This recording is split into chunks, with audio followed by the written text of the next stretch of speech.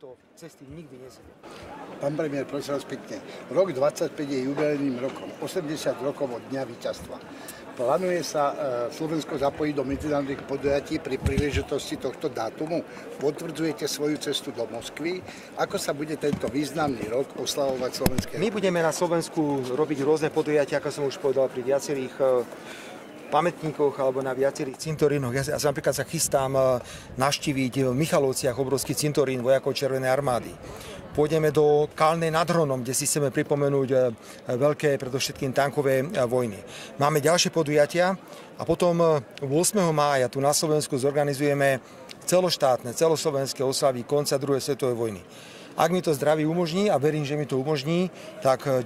mája bude pre mňa veľkou cťou, naozaj veľkou cťou prísť do Moskvy a osláviť spoločne s Ruskou federáciou koniec druhej svetovej vojny. Pamätník Slavín je symbolom historickej pamäti a spojenia národov. Prečo je podľa vás potrebné zachovať tieto historické vzťahy s Ruskom aj v súčasnosti a ako to vníma slovenská spoločnosť ako celok? Slovensko je krajina, ktorá má podľa môjho názoru väčšinovo iný názor na Ruskú federáciu, ako to je v iných krajinách západnej Európy. Slováci sú Slovania, dobre vedia, kto oslobodzoval Slovensko, kto oslobodzoval podstatnú časť Európy ako takú. Preto pracovať so Slovákmi na tejto téme je veľmi fajn. Len bohužiaľ, máme tu aj ľudí, ktorí šíria bludy, klamú, hovoria o veciach, o ktorých ja by som v živote neveril, že môžu povedať. Napríklad na námestiach sa hovorí, že druhú svetovú vojnu začal niekto zo Sovietskeho zväzu, čo je jednoducho absolútne neuveriteľné. Preto ja sa teším, že na Slovensku ten názor je iný, väčšinovo iný ako v západných krajinách Európy. Ako sa slovenské úrady stavajú k ochrane hrobov a pamätníkov sovietských vojakov, ktorí padli počas druhej svetovej vojny? Myslím si, že na to je najlepšia odpoveď, keď sa stretávam s pánom veľvyslancom Ruskej federácie, prípadne s pánmi veľvyslancami iných bývalých krajín Sovietskeho zväzu, ktorí nám ďakujú za opateru a starostlivosť, pokiaľ ide o cintoríny a pamätné miesta. Nemám informácie, že by niekto mal pokusy hromadne zneúcťovať veci.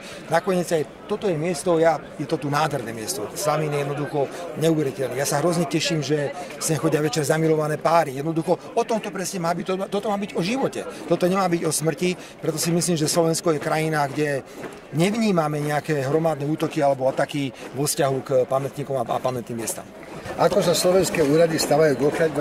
Nedávno ruský veľvyslanec na Slovensku pán Igor Bračikov otvoril múzeum v Krupine výstavu 80. výročie oslobodenia Slovenska od fašizmu, ktorá obsahuje fotografie z Ruského štátneho archívu, filmových a fotografických dokumentov o slovenskom národnom povstaní, partizánskom hnutí a úlohe Červenej armády pri oslobodzovaní krajiny.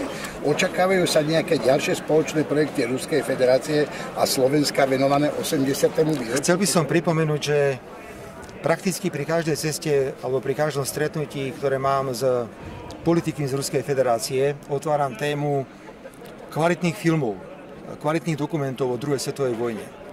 Viete, ľudia si pozrú film, ako je Zachránte vojaka Ryana, majú pocit, že sloboda došla iba zo Spojených štátov alebo od západu. Ten dobre viem, že sloboda došla, pokiaľ je o Slovensko z východu. Ja som chcel povzbudiť. Rusko je veľká a silná krajina, aby venovala ešte väčšiu pozornosť výrobe kvalitných dokumentov, pokiaľ ide o druhú svetovú vojnu. To je strašne dôležité. Lebo nie je dobré, keď my si tu na Slovensku hovoríme vtipy. Napríklad také dve panie si hovorili navzájom, že no, počula si, že tí Američania nás oslobodili. A tá druhá pani povedala, ale všetci perfektne hovorili po rusky. Takže dajme radšej perfektné filmy, perfektné dokumenty. Ukážme jednoducho slovenskej verejnosti, aká bola pravda o druhej svetovej vojne. Posledná krátka otázka. Podporujú slovenské orgány akciu Nesmrteľný pluk. Aký je postoj vedenia k iným akciám venovaným všetky podujatia, ktoré sa hlásia k pamiatke obetí druhej svetovej vojny, ktoré hovoria pravdu o druhej svetovej vojne, musia byť vítané vládou Slovenskej republiky. Ja nemám s nikým problém, kto hovorí o druhej svetovej vojne pravdu. Ďakujem. Pán premiér, pretože dôležité, aby ste tu bol? Prečo ešte raz? Pretože dôležité byť zdесь. Prečo je dôležité to byť? No, pretože aj Slovensko je pod tlakom obrovskej západnej propagandy a tá propaganda hovorí nie vždy pravdu o tom, čo sa udialo počas druhej svetovej vojny. Ja chcem úplne oddielovať to, čo bolo v roku 1945 v Bratislave s rokom 2025. Ja som umyselne spomenul aj dvoch ruských vojakov, ktorí, alebo ruskí, možno sú to bieloruskí, možno sú to z iných bývalých štátov Sovietskeho zväzu. Ja z tejto cesty nezídem, verte mi, na každé jedno podujatie, na ktoré budem pozvaný, kde si budeme pripomínať 80. výročie víťazstva nad fašizmom, pôjdem, pretože podiel Sovietskeho zväzu je jednoducho nespochybniteľný. To ani nemôžeme sa na túto tému baviť s niekým, že či Sovietsky zväz áno alebo nie. My máme dnes dokonca verejné podujatia, kde blázni a poloblázni vykrikujú, že Sovietsky zväz začal druhú svetovú vojnu. To jednoducho musíme zastaviť. História, môžeme mať na rôzne veci v súčasnosti iné názory, rozdielne pohľady, ale pokiaľ ide o históriu, historické fakty, tam musíme stať pevne na nohách. Všetko Пан премьер, дякую от всей России, что помните. Дякую. Вы не являетесь фанатом хоккея? Сейчас Овечкин должен побить Koľko ešte? 3? Овечкин. Koľko golov? 2 alebo 3? 3 góly ešte? Да, он сейчас должен побить мировой рекорд. Áno, ja viem, ja rozumiem, ja pani majú. No. Да. Ja mu držím, ja to poviem po slovensky, ja mu držím palce, myslím, že mu chýbajú ešte 3 góly. Je to fenomén, kto pozerá hokej, tak jednoducho, keď vidí Ovečkina, nemáme sa o čom baviť.